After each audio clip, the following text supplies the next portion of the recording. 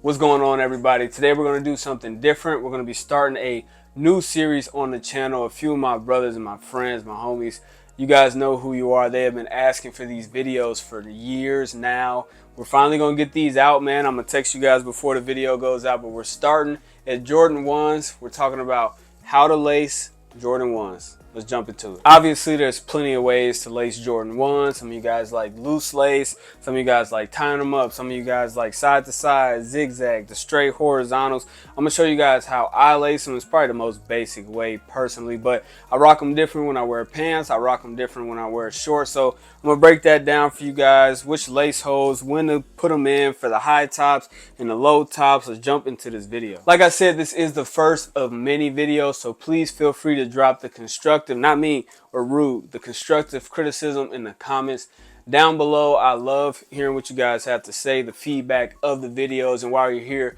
you might as well hit that subscribe button and hit that like button. But let's jump into it. So first off, we're going to start with the Jordan 1 high. I went ahead and factory laced them how they come in the box. You know, they always hit us with that first one laced up. We're going to get to that finished product of how I do my loose lace, where I lace them at, how I lace them over, under, but let's jump into that.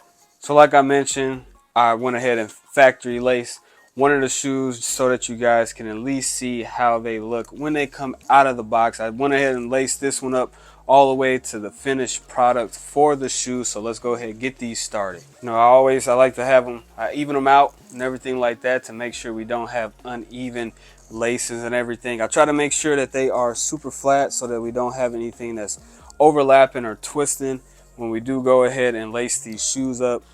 I do, for my Jordan 1s, I go underneath. So I go inside for where the tongue is for the shoe. I try to keep them straight like I said, but sometimes honestly they get jumbled up. You know, once you've done this for a while, I've been collecting shoes and buying shoes for a long time now, so it gets a little easier to lace these up, but it's always a process, honestly. I'm gonna go ahead and fast forward this so you guys aren't watching the boring, tedious part, but let's get these laced up.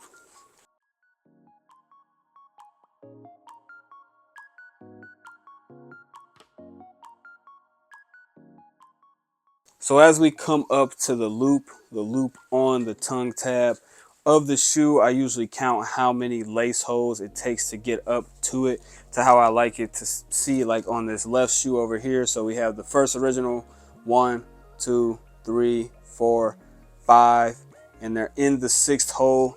Once they are in the 6th hole, that's when you go ahead.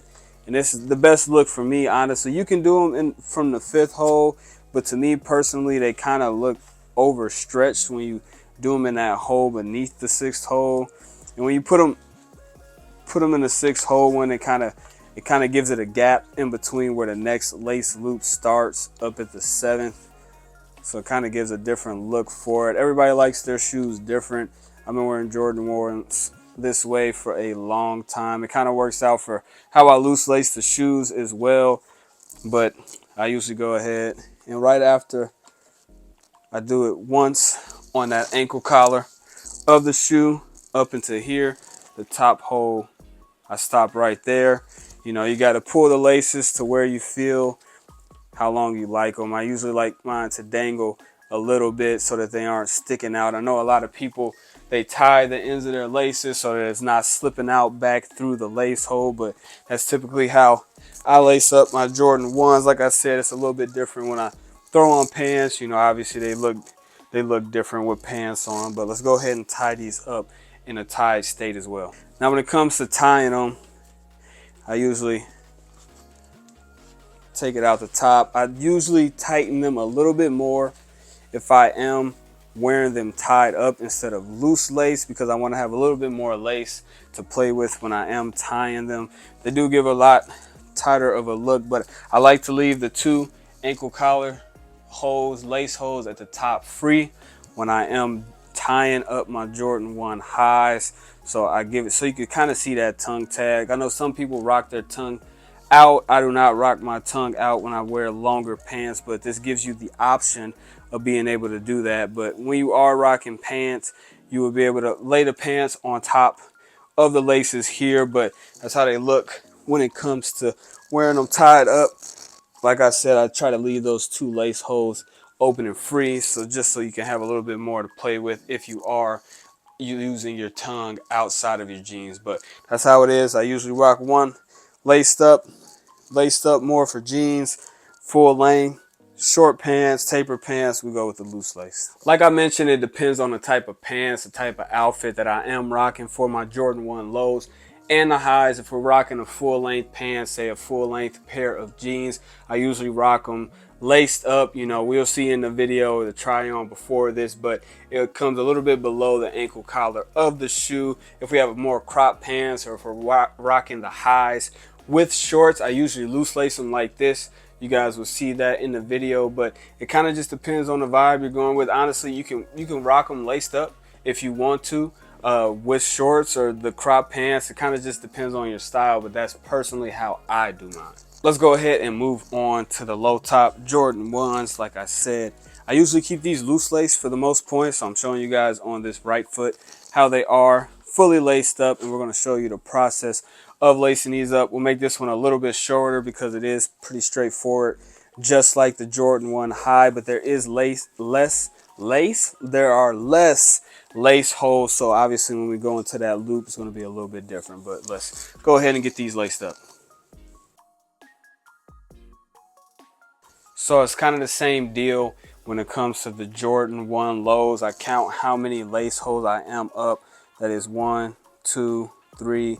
And when we are coming out of the 4th lace hole, that is when I go ahead and go through the lace loop that is on the tongue. Like I said, it kind of gives the same look. It has like a gap in between the laces. You guys may want to do it one before, so your laces might not look as bunched up, but I think this is the best way for me personally. This is how I think they look the best. But like for my Jordan 1 lows, I also go underneath first from the tongue, and I only lace them just like the Jordan 1 highs. It's a little bit sooner in the Jordan 1 lows, the top ankle collar, but go ahead, loose lace them to how you feel they need to be, the best way you think they look. Jordan 1 lows, they're a little bit quicker, man. Lacing up shoes isn't too bad, but there we go.